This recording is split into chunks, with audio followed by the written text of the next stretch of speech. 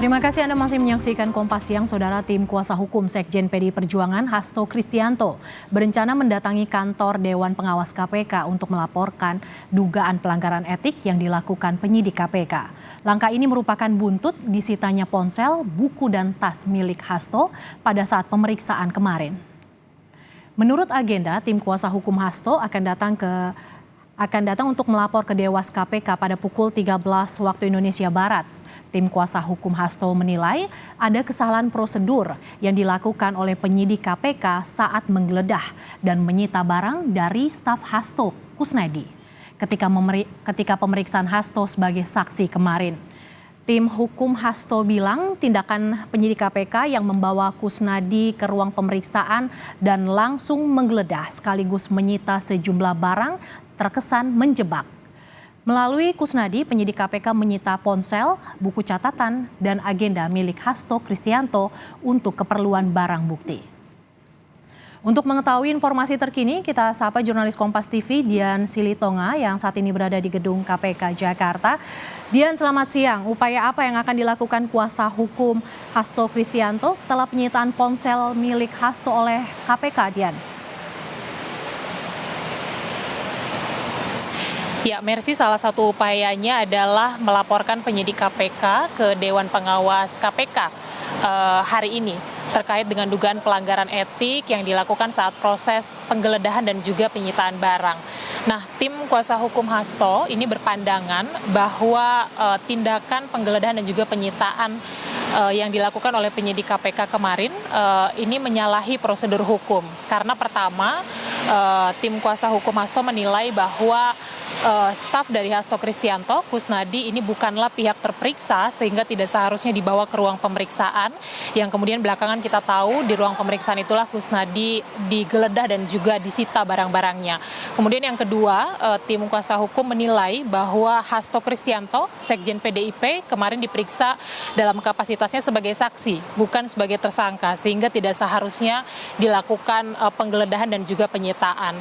Nah, tapi KPK dalam hal ini tentu mengklaim sebaliknya. Kemarin tim juru bicara KPK menjelaskan bahwa penggeledahan dan juga penyitaan barang yang dilakukan oleh penyidik KPK ini sudah sesuai dengan ketentuan, bahkan sudah dikeluarkan surat perintah penyitaannya, meskipun memang surat tersebut tidak ditandatangani oleh saksi Hasto Kristianto karena saksi tidak bersedia menandatangani, dan kemudian juga menjelaskan bahwa proses penggeledahan dan juga penyitaan ini merupakan kewenangan dari penyidik KPK dalam upaya mencari bukti-bukti untuk menentukan peran saksi dalam kasus ini dan juga tentu untuk menentukan tindak lanjut dari status hukum saksi. Karena kita tahu dengan kecukupan alat buktilah kemudian penyidik nanti bisa menaikkan status saksi menjadi tersangka.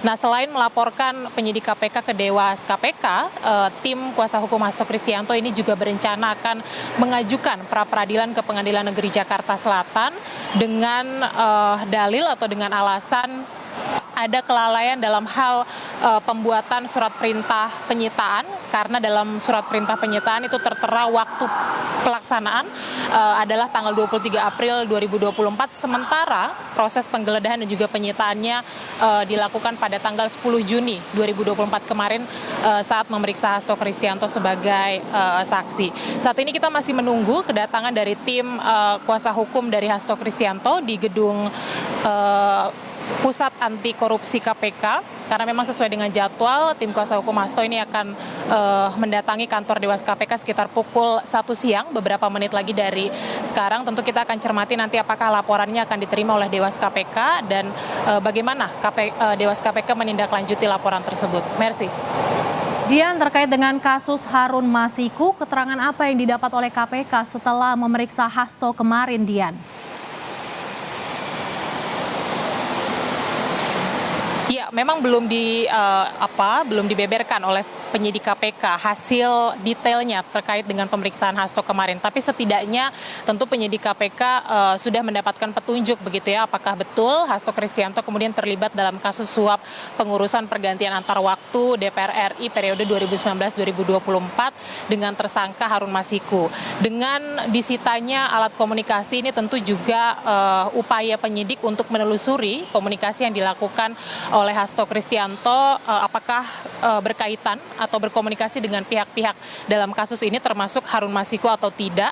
Dan kemudian juga kami mendapatkan informasi bahwa kemarin saat pemeriksaan ini penyidik mengonfirmasi juga kepada Hasto apakah ia mengenal pihak-pihak yang sebelumnya sudah diperiksa oleh KPK sebagai saksi dalam kasus ini.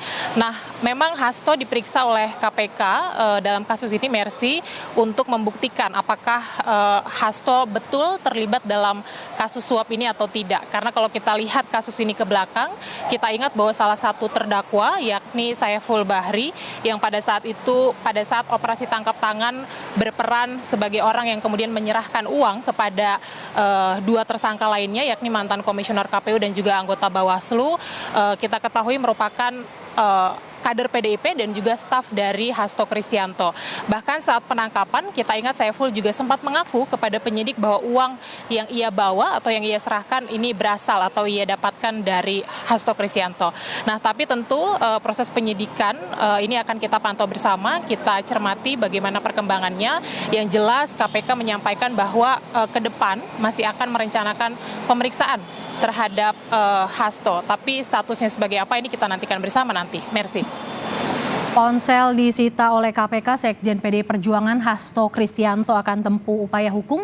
Terima kasih jurnalis Kompas TV Dian Silitonga yang melaporkan langsung dari gedung KPK Jakarta.